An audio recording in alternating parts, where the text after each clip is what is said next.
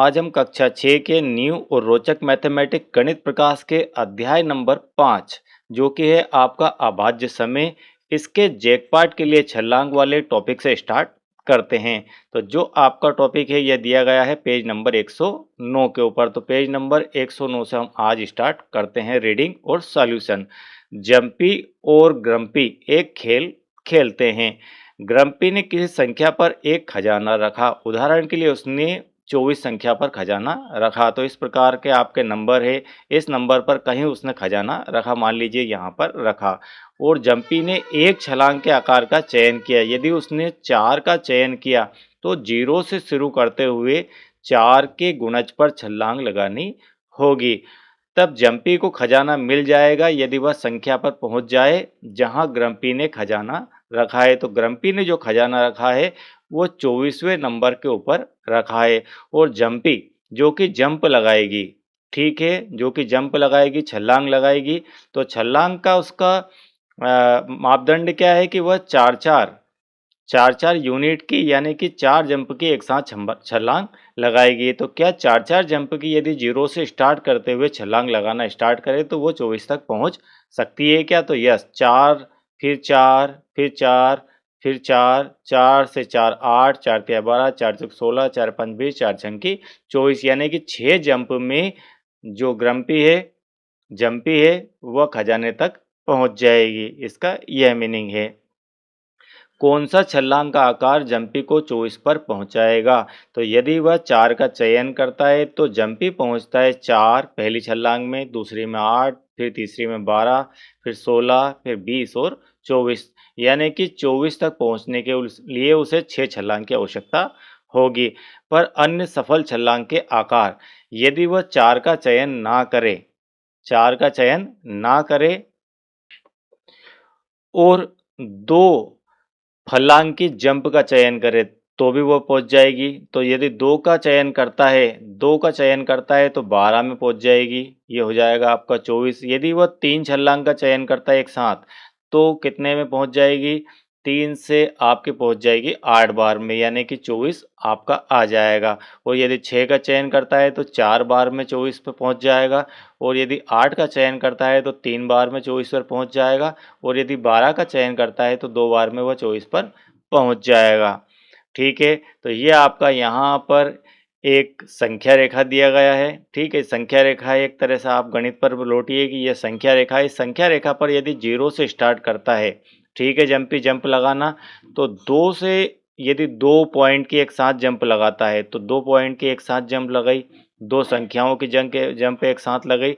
तो इस प्रकार से जंप लगाते हुए वह 12 जंप में 24 पर पहुंच जाएगा। यदि वह 3 की जंप लगाता है इस प्रकार से तो वह 8 बार में वहां पर पहुंच जाएगा, यानी 8 जंप में जंपी वहां पर पहुंच जाएगा। और इसी प्रकार से यदि वह 6 की जंप लगाता है, यदि वह 8 की जंप लगाता है, यदि वह 12 नंबरों की एक साथ जंप लगाता है तो भी वह 24 पर पहुंच जाएगा। ठीक है, आप इसको जंप समझ लीजिए कि इतनी जंप वह कर रहा है। आप छलांग का आकार 1 और 24 के विषय में क्या कहेंगे? यदि हाँ, वे 24 पर पहुंचेंगे। एक से भी यदि एक छलांग भी लगाता हुआ जाएगा तो 24 पर पहुंचना ही है। यदि एक साथ 24 फलांग भी लगा देता है तो भी 24 पर पहुंच जाएगा। तो संख्या 1, 2, 3, 4, 6, 8, 12 और 24 सभी 24 को पूर्णतः विभाजित करती है। ऐसी संख्याओं को याद कीजिए जिन्हें 24 के गुणनखंड या भाजक कहा जाता है। ये आपका इम्पोर्टेंट है, यहाँ आपको ध्यान रखना। यही सिखाने की कोशिश की जा रही है कि जो 24 संख्या है, इस 24 संख्या में किन किन संख्याओं का या किन किन नंबरों का भाग जा सकता है। तो वे नंबर है आपके 1, 2, 3, 4, इसके बाद 6, इसके बाद 8, फिर 12 और फिर 24। ये नंबर आपके हैं जिनका भाग सीधे सीधे 24 के अंदर यदि आप देंगे तो पूरी तरह से चला जाएगा। और इनको ही गुणनखंड कहा जाता है और इनको ही भाजक कहा जाता है। तो ये सब भाजक है। भाजक वे संख्याएं होती जिनका भाग दिया जाता है। तो 24 में पूरी तरह से भाग चला जाएगा इसलिए यह सब 24 की भाजक कहलाएगी। तो ग्रम्पी ने खेल के स्तर को थोड़ा कठिन किया। उसने 2 अलग-अलग संख्याओं पर 2 खजाने रखे। ठीक है, अब ग्रम्पी ने खेल को थोड़ा कठिन किया, स्ट्रॉन्ग लेवल पर लेके गए। तो 2 अलग-अलग स्थानों पर खजाने को रखे। जम्पी को एक छलांग के आकार का चयन करना है, यानी कि एक ही छलांग के आकार का चयन करना है और उससे दोनों जगह पहुंचना है। इस पर टिके या स्थिर रहना है। जम्पी को खजाना तभी मिलेगा जब वह चयनित छलांग के आकार से दोनों संख्याओं पर पहुंचेगा। पहले की तरह जम्पी 0 से प्रारंभ करता है। तो जम्पी को अब नया टास्क दिया है। क्या टास्क दिया है कि ग्रम्पी ने खजाने को 14 और 36 पर रखा। कहाँ पर रखा? 14 और 36 पर रखा है। तो जम्पी छलांग का आकार 7 चुनता है। तो क्या यदि 7 वह आकार चुनता है, 7 बार 7 अंकों की एक साथ फलांग लगाता है, तो क्या 14 और 36 पर पहुंच जाएगा? तो 7 की टेबल में क्या 14 आता है? 7 की टेबल में या 7 के पहाड़े में 14 आता है और 7 के पहाड़े में 36 आता है। तो 7 के पहाड़े में 14 तो आता है लेकिन 36 नहीं आता है। इसलिए यह 7 जो उसने अंक चुना है छलांग का, उससे वह 14 पर पहुंच जाएगा लेकिन 36 वाले खजाने पर नहीं पहुंचेगा।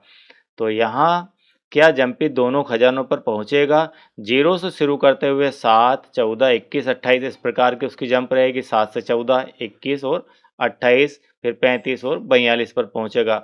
हम देखते हैं कि वह 14 पर तो पहुंचता है लेकिन 36 पर नहीं पहुंचता है। यहाँ 35 है और 42 है, यानी कि खजाने के पास से गुजर जाएगा लेकिन खजाने पर नहीं पहुंचेगा। अतः उसे खजाना नहीं मिलता है। उसे कौन से छलांग के आकार का चयन करना चाहिए था?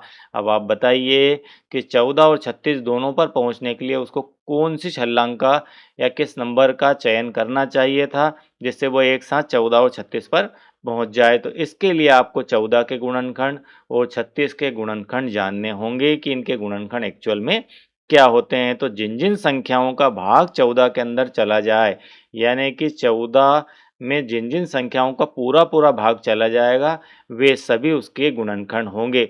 1 का भाग यदि आप 14 में देंगे तो पूरा चला जाएगा। 14 में यदि आप 2 का भाग देंगे तो 7 बार चला जाएगा। ठीक है, इसी प्रकार से आप 7 का भाग देंगे तो 2 बार चला जाएगा। 14 का भाग देंगे तो 1 बार चला जाएगा। इन छलांगों का आकार से वह 14 पर पहुंच सकेगा, यानी कि 1 का चयन कर ले, 2 का कर ले, 7 का या फिर 14 का, तो वह 14 पर पहुंच जाएगा। यानी कि 14 के जो गुणनखंड आपसे शुद्ध भाषा में मैथमेटिकल लैंग्वेज में मैं कहूँ कि 14 के जो गुणनखंड है वह 1, 2, 7 और 14 है। इसी प्रकार से 36 के गुणनखंड 1, 2, 3, 4, 6, 9, 12, 18 और 36, या दूसरे शब्दों में कहें कि किन किन संख्याओं के पहाड़े में 36 आता है। 36 जो नंबर है किन किन संख्याओं के टेबल में आता है, पहाड़े में आता है। तो हम कह सकते हैं कि 36 1 के पहाड़े में भी आता है, 2 के में भी आता है, 3 के पहाड़े में आता है, 4 के पहाड़े में भी आता है, 6 के में आता है, 9 के में आता है, 12 के में आता है, 18 और 36 के पहाड़े में एक बार में आ जाता है। तो इन छलांगों का आकार से वह 36 पर अवश्य पहुंच जाएगा। अब पहुंचना 14 और 36 दोनों पर है, तो दोनों में कॉमन कौन से हैं? तो कॉमन आपका 1 है, 2 है, ठीक है, 1 और 2।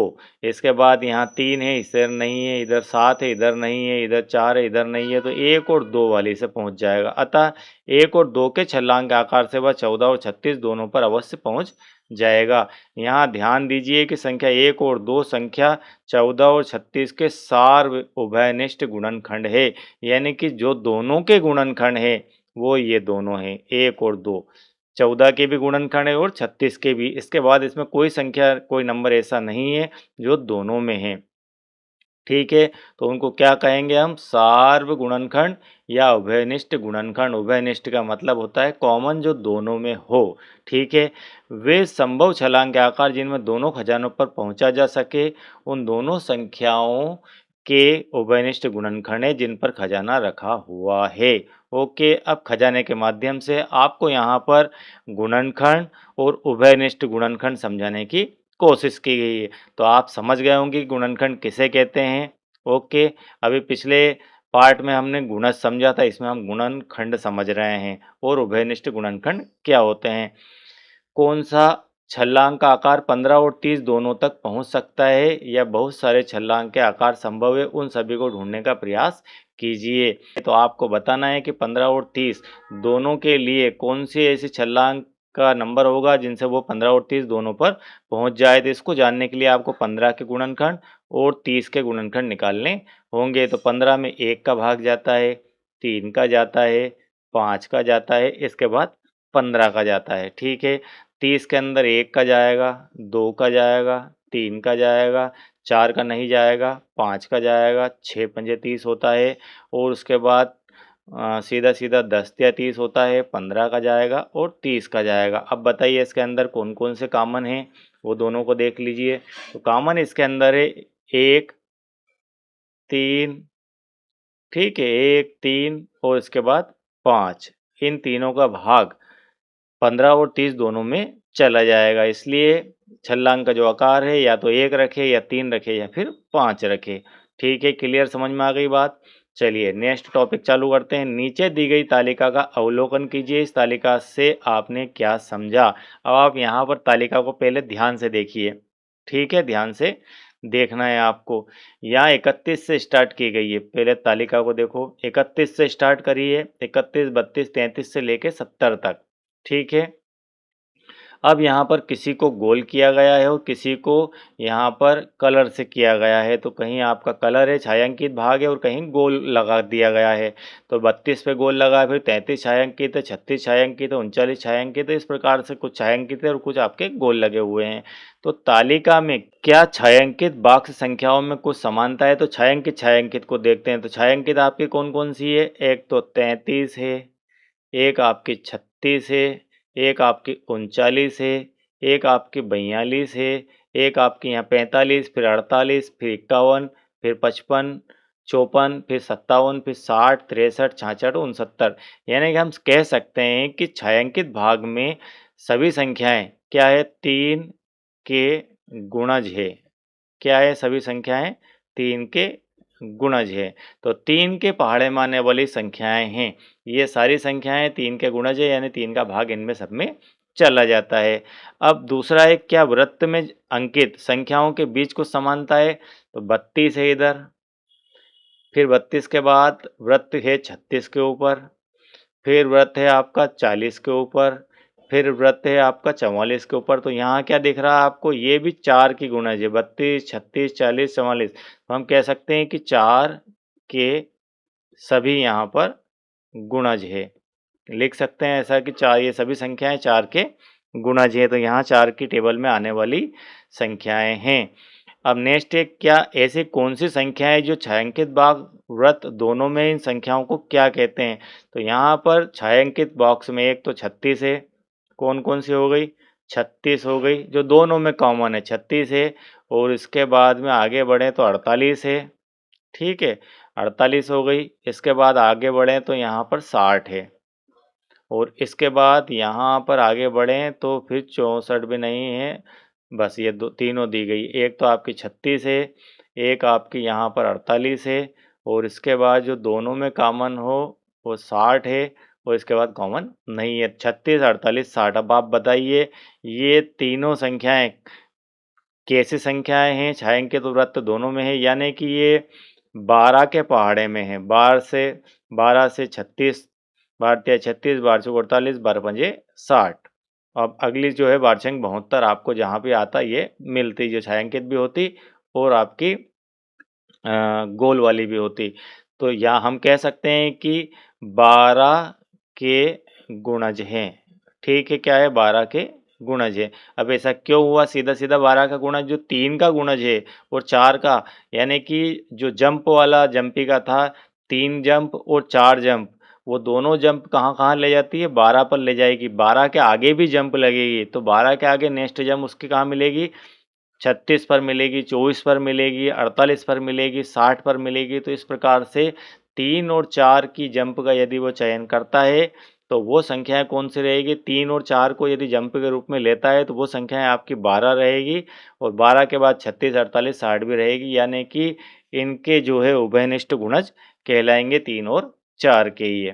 ठीक है, अब नेक्स्ट पार्ट के अंदर आपको पता लगाएं कि इम्पोर्टेंट ये क्वेश्चन मैं इस प्रकार से यहाँ पर सॉल्व आपके लिए लेकर आऊँगा, या आप प्लेलिस्ट से इन क्वेश्चनों को देख सकते हैं। और यदि आपने चैनल को अब तक सब्सक्राइब नहीं किया है तो चैनल को सब्सक्राइब कीजिए। इस प्रकार से यदि मैथमेटिक्स पढ़ने में आपको रुचि है तो आप वीडियो को एक लाइक ज़रूर कीजिए। Thank you very much.